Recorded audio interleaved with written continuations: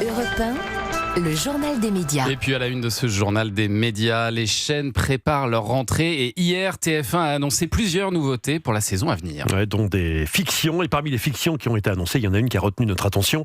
Elle s'appellera M'endors pas. Il s'agit d'une adaptation des livres de Caroline Darian, la fille de Gésiel Pellico, dans lesquels elle raconte évidemment son histoire depuis le jour où elle a appris les horreurs commises par son père Dominique Pellico. Alors pour ce qui est du casting, c'est Dominique Blanc, la grande Dominique Blanc qui jouera Gésiel Pellico. C'est Lola Devers qui a été choisie pour incarner Caroline dans ce téléfilm qui est coproduit, par l'une de nos camarades d'Europe 1, Laurie Choleva. Caroline, c'est vraiment une rencontre de vie. Il y a 5 ans, j'ai entendu parler de cette histoire. C'était bien avant le procès et j'ai eu envie de prendre les droits d'adaptation. Et voilà, je suis très honorée qu'elle m'ait fait confiance et on a envie d'être très juste et au plus près de leur vérité et de leur souffrance. Donc c'est ça le stress principal en fait. C'est que la famille s'y retrouve, qu'ils ne se sentent pas trahis et qu'on soit à la hauteur de leur confiance. Laurie Choleva que vous retrouvez tous les samedis à 18h sur Europe 1. Dans l'émission Cinéma Clap. Et là, il y avait un peu de bruit derrière parce qu'elle était donc, j'imagine, à la conférence de presse de TF1 hier. Ouais. C'était un gros out. C'était à la scène musicale, il y avait beaucoup de monde. Tout le monde était là. Et alors, du côté des divertissements, qu'est-ce qu'ils ont annoncé de nouveau hier, TF1 Vous vous souvenez, il y a quelques temps, on avait parlé dans ce journal des médias d'une histoire de mini-golf. Eh bien, c'est confirmé. TF1 va tourner cet été Crazy Mini-Golf, un nouveau jeu qui est adapté d'une émission américaine qui s'appelle Olé et Mollet, qui cartonne là-bas tous les étés. Pour ce qui est... J'ai mal prononcé, Anissa? Non, c'est bien. Olé Molly. Mais je trouve que Crazy Mini Golf, ça me fait rire, moi.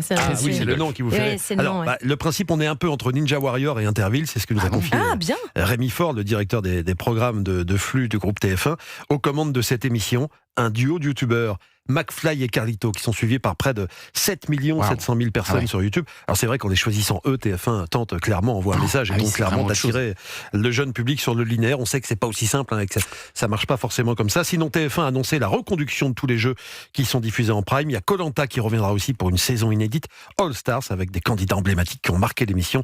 Mathilde Vaux a croisé aussi hier soir à TF1 Denis Brognard qui nous en a dit plus. Ce que je peux vous dire, c'est qu'il va y avoir 18 aventuriers qui ont déjà participé à Koh-Lanta, c'est donc un Koh-Lanta All-Star, et que ça commencera en binôme. C'est-à-dire que les destins liés qui ont lieu généralement dans Koh-Lanta après la réunification, aller aux 2/3 de l'émission, là on commence avec les destins liés. Ça veut dire qu'ils seront 2 par 2 réunis. Pourquoi ?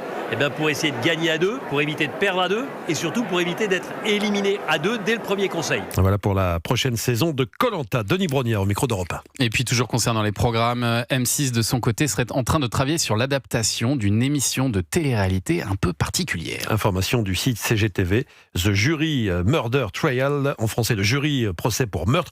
C'est le titre de cette émission qui cartonne en Angleterre. Elle avait même remporté en 2024 le BAFTA de la meilleure émission de télé-réalité.